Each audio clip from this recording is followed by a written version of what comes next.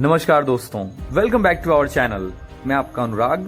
तो आज हम बात करने वाले एक बहुत ही फैसिनेटेड टॉपिक पे, यानी हमारे यूनिवर्स की उत्पत्ति कैसे हुई। तो आइए बिना किसी देरी के शुरू करते हैं अपने वीडियो को। Let's start. ब्रह्मांड का उद्भव एक ऐसी कहानी है जो बिलियंस ऑफ ईयर्स पहले शुरू हुई थी। आज हम जानेंगे बिग बैंग थ्योरी के बारे में, जो सबसे वाइडली एक्सेप्टेड एक्सप्लेनेशन है कि हमारे ब्रह्मांड की उत्पत्ति कैसे हुई थी। मैं आपको कहूं कि हमारा ब्रह्मांड लगातार बढ़ता जा रहा है, तो आपको इस सुन के कैसा लगेगा? तो आइए हम इसको डिटेल में समझने का प्रयास करते हैं। साइंटिस्ट कहते हैं कि लगभग 13.8 अरब साल पहले एक बिंदु था ब्रह्मांड में, जो कि एक एटम इतना बड़ा था। सारे मैटर्स जो हाईली कंडेंस्ड थे इसमें बंद थे। इस बिंदु को सिंगुलैरिटी कहा जाता था। फिर अचानक उच्च तापमान और अन्य बलों के कारण एक इसमें महाविस्फोट हुआ। इस महाविस्फोट से यह ब्रह्मांड तेजी से फैलने लगा। कुछ ही सेकंड में इसका आकार अपने अस्तित्व में आ चुका था। एक सेकंड के अरबवें भाग में यह ब्रह्मांड पूरी तरीके से फैल चुका था, इसका विस्तार हो चुका था। अब ग्रेविटी और इलेक्ट्रोमैग्नेटिक फील्ड का भी जन्म हो चुका था। अब ब्रह्मांड ने तेजी से विस्तार करना शुरू कर दिया था। इस प्रक्रिया को इन्फ्लेशन कहा जाता है। ब्रह्मांड का तापमान अब भी बहुत अधिक था। ब्रह्मांड में प्राथमिक कण स्वतंत्र रूप से अस्तित्व में आने शुरू हो गए थे। अब तापमान धीरे धीरे गिरना शुरू हो गया था, जिस कारण से ये प्राथमिक कण प्रोटॉन और न्यूट्रॉन के रूप में बदलने लगे। ब्रह्मांड का तापमान इतना गिर गया कि ये जो कण थे ये बदलकर हेड्रॉन और लेप्टॉन के रूप में अस्तित्व में आए। इस समय के दौरान प्रोटॉन और न्यूट्रॉन संयोजित होकर हल्के नाभिक जैसे हाइड्रोजन, हीलियम और लिथियम का रूप ले लिए। ब्रह्मांड ने विस्तार और ठंडा होना जारी रखा, जिससे फोटॉन प्रमुख ऊर्जा के स्रोत बने।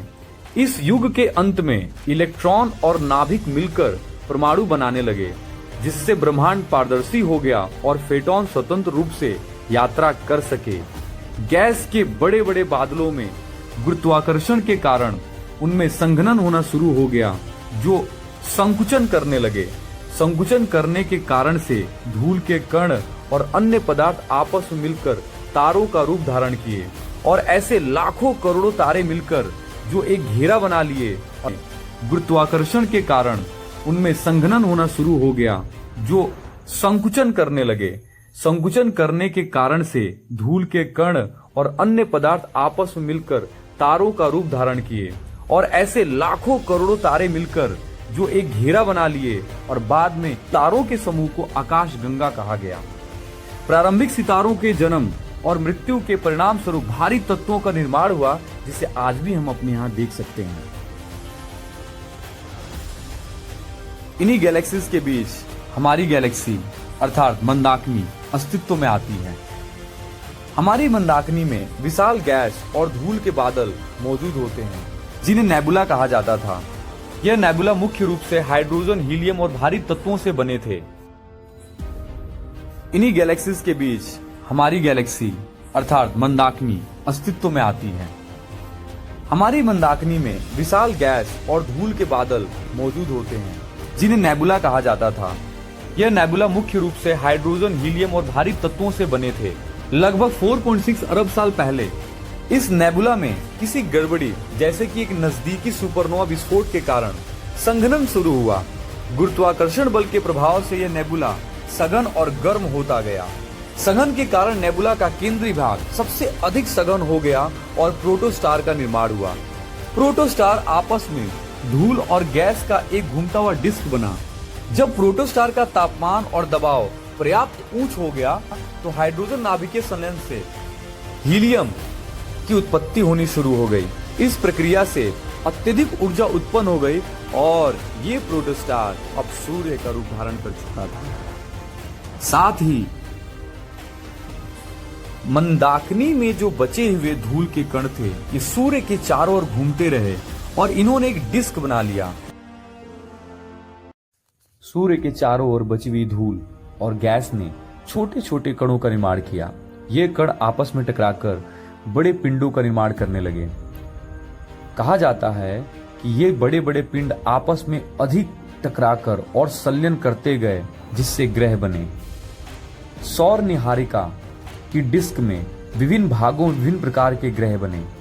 सौर मंडल के केंद्र के निकट उच्च तापमान के कारण चट्टानी ग्रह जैसे बुध, शुक्र, पृथ्वी और मंगल बने तथा बाहरी ग्रह जैसे निम्न तापमान के कारण गैसीय ग्रह बने, जिसमें बृहस्पति, शनि, यूरेनस और नेपच्यून आते हैं।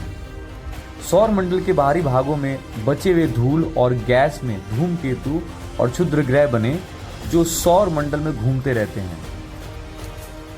इस प्रकार से सौर मंडल में ग्रहों की उत्पत्ति हुई लगभग 400 साल पहले। पृथ्वी अभी भी उतनी ही गर्म थी। इसी दौरान पृथ्वी की टक्कर एक बहुत ही विशाल एस्टेरॉयड से होती है। यह टक्कर इतनी बड़ी थी कि पृथ्वी से एक बड़ा हिस्सा टूट के बाहर निकला और ये चारों तरफ पृथ्वी के बिखर गया। घूर्ण गति के कारण ये सारे कण आपस में टकराए और संयोजित हुए, जिनके कारण एक पिंड बना। यह पिंड एक छोटे से ग्रह के रूप में विकसित हुआ, जिसे आज हम चंद्रमा के नाम से जानते हैं। दोस्तों, क्या आपको पता है उस एस्टेरॉयड के टकराने से इतना भयंकर एक्सप्लोजन हुआ था कि इस एक्सप्लोजन में पृथ्वी जो है वो 23.5 अंश झुक चुकी थी। दोस्तों, ऐसा माना जाता है कि चंद्रमा की उत्पत्ति के कारण ही पृथ्वी पर जीवन संभव हो पाया। चंद्रमा में गुरुत्वाकर्षण तथा घूर्ण गति के कारण पृथ्वी की गति धीरे हुई। पृथ्वी पे दिन अब 6 घंटे का नहीं बल्कि 24 घंटे का होना आरंभ हो गया था। इस कारण से पृथ्वी के चारों तरफ गैसों का निर्माण होना शुरू हुआ, अर्थात वायुमंडल स्थिर होने लगा और पृथ्वी का तापमान नीचे जाने लगा। पृथ्वी पे अब मौसम की उत्पत्ति शुरू हो चुकी थी। पृथ्वी की गति धीरे होने के कारण इस पे जीवन संभव होना शुरू हुआ। अत्यंत गर्म थी। इस उच्च तापमान के कारण पृथ्वी में मौजूद जितने भी हल्के तत्व और पदार्थ थे वो सब इसकी ऊपरी सतह पे आ रहे थे। सारे भारी और गर्म पदार्थ नीचे जा रहे थे। इस प्रकार से पृथ्वी के क्रस्ट का उत्पत्ति होता है।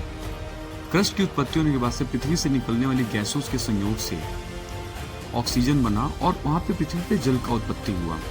लेकिन पृथ्वी ऊपर से तो ठंडी हो गई थी, लेकिन केंद्र का जो तापमान था वो अभी भी वोल्केनो के रूप में कहीं कहीं से सारी ऊष्मा और गैसेस को बाहर तरफ रिलीज कर रहा था। लाखों करोड़ों सालों तक ऐसे विस्फोट होते रहे। पृथ्वी के ऊपर अरबों वोल्केनोज मौजूद थे, जिनसे गैसेस और मैग्मा और पृथ्वी के केंद्र की जो अग्नि थी वो निकलती थी। वहीं दूसरी तरफ जल में एक नई दुनिया का आरंभ हो चुका था। जल में अब एक कोश के जीव की उत्पत्ति हो चुकी थी। ये आदि जीव माने जाते थे। ये प्रोकैरियोटिक्स थे जो एक कोश के हुआ करते थे। अवशिष्ट पदार्थ के तौर पे ये ऑक्सीजन को वायुमंडल में मुक्त करने लगे। ये प्रकाश संश्लेषण की प्रक्रिया करते थे, जिस कारण से वायुमंडल में पृथ्वी के चारों तरफ ऑक्सीजन की प्रचुर मात्रा बन गई, जो जीवों के लिए बहुत ही अनुकूल हो गई। जल में ये सारे सूक्ष्म जीव आपस में संगठित हुए और लाखों अरबों सालों तक ये फलते फूलते रहे। इन्होंने एक विशालकाय संगठन बनाया और पूरी दुनिया में यह अरबों सालों तक फैलते रहे और कई सारे रूपांतरण किए, और इस प्रकार से जीवों की उत्पत्ति की कहानी शुरू होती है। पृथ्वी पर मौजूद ज्वालामुखियों से भारी मात्रा में गैस निकलते थे, जो पृथ्वी के चारों तरफ फैल गए, जिससे पृथ्वी का वायुमंडल और ज्यादा सघन हो गया। पृथ्वी के चारों तरफ अब ओजोन की परत भी बन चुकी थी। इस वजह से पृथ्वी का जो जीवों का जो विकास था और अच्छे से होने लगा। सारे पेड़ पौधे अब आसमान की तरफ बढ़ने लगे थे, तथा दूसरी तरफ जल में जो सूक्ष्म जीव पाए जाते थे वो रूपांतरित होकर के और आकार में बड़े होकर के वो मृदा की तरफ निकल पड़े थे। ये एक नई यात्रा की शुरुआत हुई थी। जीवों में एक नया परिवर्तन आया। पूरी पृथ्वी पर अब जीव स्थल पे तथा जल में चारों तरफ फैल चुके थे।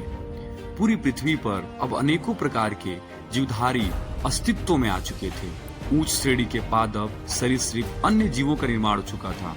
ऐसा माना जाता है कि आज से 16 करोड़ साल पहले इन्हीं सरीसृपों के बीच में से जो सबसे बड़ी और सबसे खतरनाक प्रजाति जो पृथ्वी पे आई थी वो थी डायनासोर्स। ये डायनासोर्स लाखों सालों तक पृथ्वी पर फलते फूलते रहे। इनमें विभिन्न प्रजातियों का जन्म हुआ।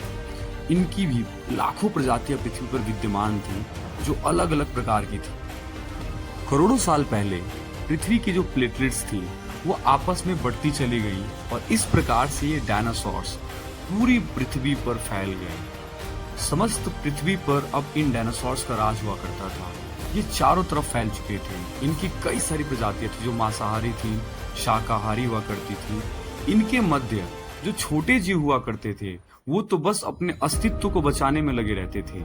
कुछ डायनासोर्स शाकाहारी होते थे, कुछ वायु में उड़ते थे। पूरे समस्त पृथ्वी पर ये फैल चुके थे। अब पृथ्वी की सतह पे हलचल होती है और पृथ्वी की सारी प्लेटलेट्स आपस में टकराती हैं, जिनसे हिमालय जैसे पर्वत श्रृंखलाओं का निर्माण होता है। वैज्ञानिकों का मानना है आज से करोड़ साल पहले 80,000 किलोमीटर की रफ्तार से एक पिंड पृथ्वी के कक्ष में प्रवेश करता है और ये पृथ्वी से टकराता है। यह टक्कर इतनी ज्यादा विशाल थी कि पृथ्वी पे मौजूद समस्त उच्च श्रेणी के जीवधारियों का अंत हो जाता है। यह तापमान इतना ज्यादा होता है कि पृथ्वी पे समस्त जो जीव फैले थे उनका नाश हो जाता है। लाखों साल बाद पृथ्वी पर फिर से एक नया दौर आया, जहां पर पृथ्वी की मृदा में छुपे हुए जो जीव थे वो पृथ्वी की सतह पर ऊपर आना शुरू हो गए थे। पृथ्वी अभी भी बहुत गर्म थी, लेकिन पृथ्वी पर अरबों साल ऐसी परिस्थिति बनने के बाद फिर पृथ्वी पर एक नया दौर आरंभ होता है। पृथ्वी का तापमान फिर से धीरे धीरे समय के साथ साथ नीचे गिरता है। पृथ्वी के चारों तरफ एक आइस एज आता है। इस आइस एज के बाद पृथ्वी की सतह पर अब हरित क्रांति का दौर शुरू होता है। पृथ्वी की सभी सतह पर अब हरे घास पेड़ पौधे फैल चुके थे। पुनः पृथ्वी फिर से उसी प्रकार हरी भरी हो चुकी थी।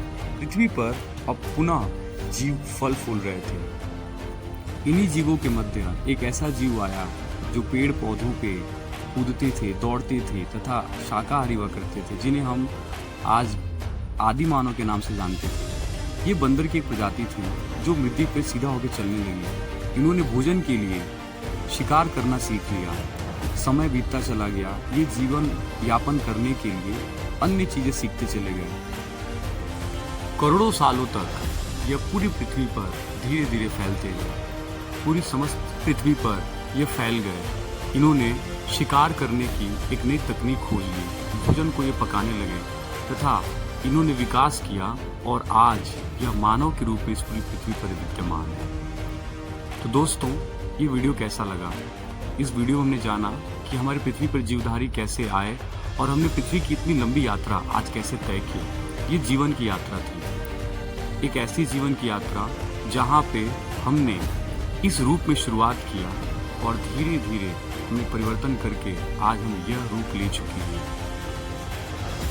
तो दोस्तों, ये वीडियो कैसा लगा आपको? आशा करता हूँ वीडियो आपको पसंद आया होगा। अगर पसंद आए तो सब्सक्राइब कीजिए, शेयर कीजिए और ज़्यादा से ज़्यादा हो सके तो हमको सपोर्ट कीजिए।